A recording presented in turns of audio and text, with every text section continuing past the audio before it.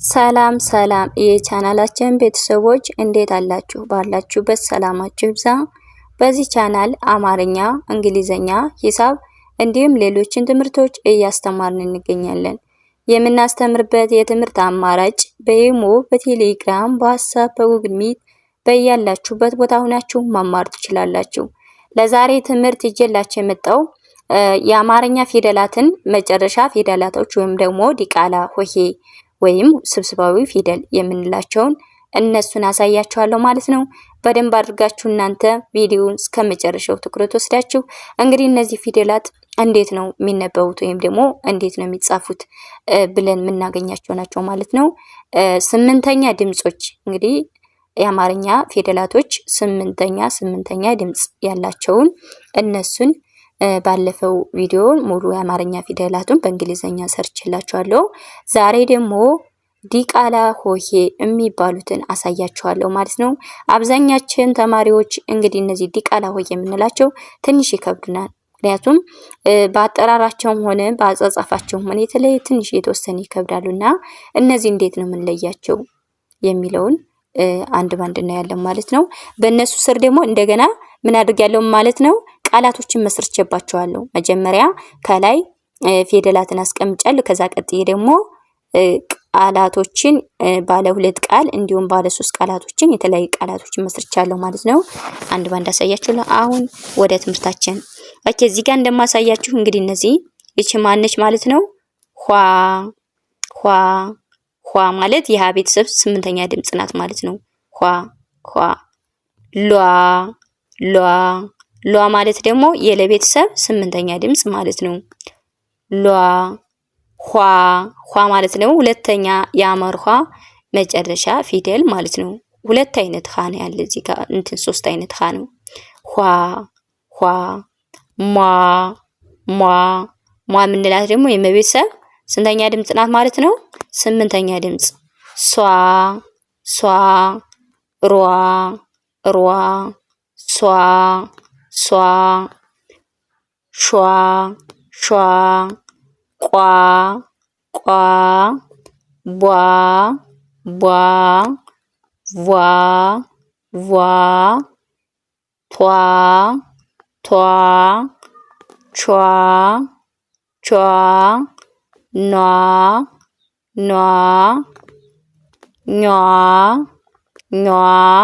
ኟ ማለት የኛ የቤተሰብ ስንተኛ ስምንተኛ ድምጽ ናት ማለት ነው።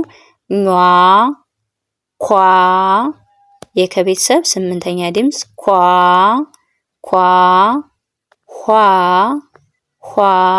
ማለት የውሃ ቤተሰብ ስምንተኛ ድምጽ ናት ማለት ነው። ዟ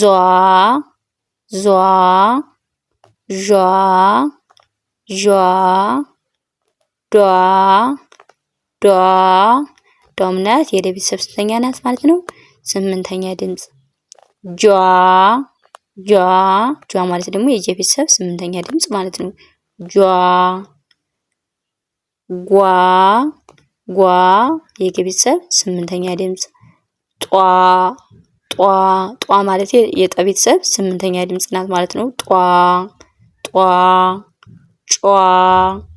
ማለት ደግሞ የጨ ቤተሰብ ስምንተኛ ድምጽ። ጧ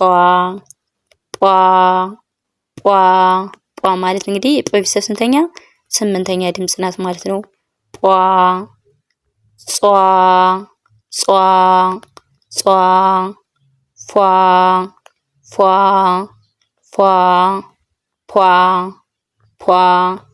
በጣም አሪፍ። እንግዲህ ከዚህ ጀምሬ ወደዚህ ነው ያነበብኳቸው። አሁን ደግሞ ከዚህ ከግራ ልጀምርና ወደ ቀኝ ላንብባቸው። ሷ ሯ ሷ ሟ ኋ ሏ ኋ ኗ ቿ ቷ ቫ ቧ ቋ ሿ ሿ ጇ ጇ ዷ ዷ ዣ ዣ ዟ ዟ ኋ ኋ ኳ ኳ ኟ ኟ ጳ ጳ ፏ ፏ ጿ ጿ ጧ ጧ ጯ ጯ ጧ ጧ ጓ ጓ። በጣም አሪፍ። ኦኬ እንግዲህ እንደምታዩት ምንድነው ብያችኋለሁ፣ እነዚህ የመጨረሻ ወይም ደግሞ ስምንተኛ ድምፅ ዲቃላ ሆሄ እንላቸዋለን ማለት ነው። በእነሱ ስር ደግሞ ቃላቶችን፣ አሁን ደግሞ ቃላቶችን ላንብብላችሁ። ቃላቶች እንዴት እንደሚነበቡ ደግሞ ላሳያችሁ። ኦኬ ቃላቶች እዚህ ጋር ኋሏ ኋሏ ኋሏ፣ ሶሟ ሶሟ ሶሟ፣ እሷ እሷ፣ ሟ ሟ ሻሟ ሻሟ፣ ቋንቋ ቋንቋ፣ ቧንቧ ቧንቧ ቧንቧ፣ ሞቶሎ ሞቶል ሞቶል፣ ኗሯ ኗሯ ኗሯ፣ ቧሏ ቧሏ ቧሏ፣ ኳስ ኳስ ኳስ፣ ዟሯ ዟራ ዟሪያ ዟራ ዟሪያ፣ ሆዷ ሆዷ ሆዷ፣ ልጇ ልጇ ልጇ፣ ጓደኛ ጓደኛ ጓደኛ፣ ጧቷ ጣቷ ጧቷ፣ ጫኋ ጫኋ፣ ጯሂ ጯሂ። ይቺ ሶስተኛ ድምጽ ናት። ይሄ ቤተሰብ ሶስተኛ ድምጽ ናት። ጯኋ ጯኋ ይላል ማለት ነው።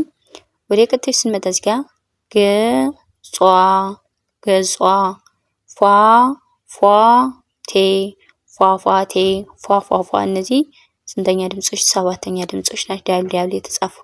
ቴ ደግሞ የቤተሰብ አምስተኛ ድምጽ። ፏፏቴ፣ ወፏ ወፏ። ፏ ማለት የቤተሰብ ስንተኛ?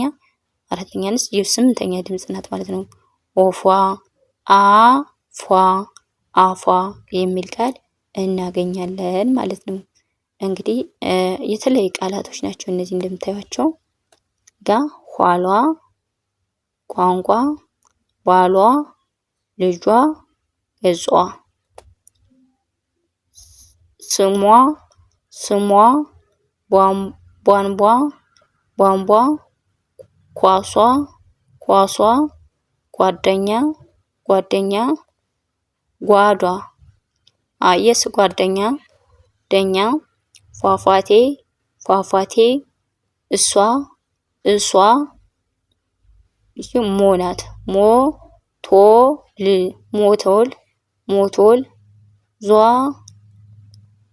ዛሬ ዞሬ፣ ጣቷ ጦታ ጣቷ፣ ወፏ ወፏ ወፏ፣ ሿሟ ሿሟ ሿሟ፣ ኗሯ ኗሯ፣ ኗሪ ኗሪ፣ ሆዶ ሆዶ ሆዶ፣ ጯሂ ጯሂ ጯሂ፣ አፏ አፏ የሚል ቃል አገኘ ወይም ደግሞ መሰረት ነው ማለት ነው። እንግዲህ በእነዚህ በዲቃላ ሆሄ ምን አይነት ቃላቶችን ባለ ሁለት ቃላት እና ባለ ሶስት ቃላቶችን መስርቼ አሳይቻችኋለሁ ማለት ነው። ለዛሬ ቪዲዮ ይዤላችሁ የመጣው ይህን ይመስል ነበር። እንዲሁም ደግሞ ሌሎችን በሌላ ጊዜ ሌሎችን ቪዲዮ ሰርች ይዤላችሁ እስከምመለስ ቪዲዮም ላይክ እና ሼር ማድረጋችሁን አትርሱ።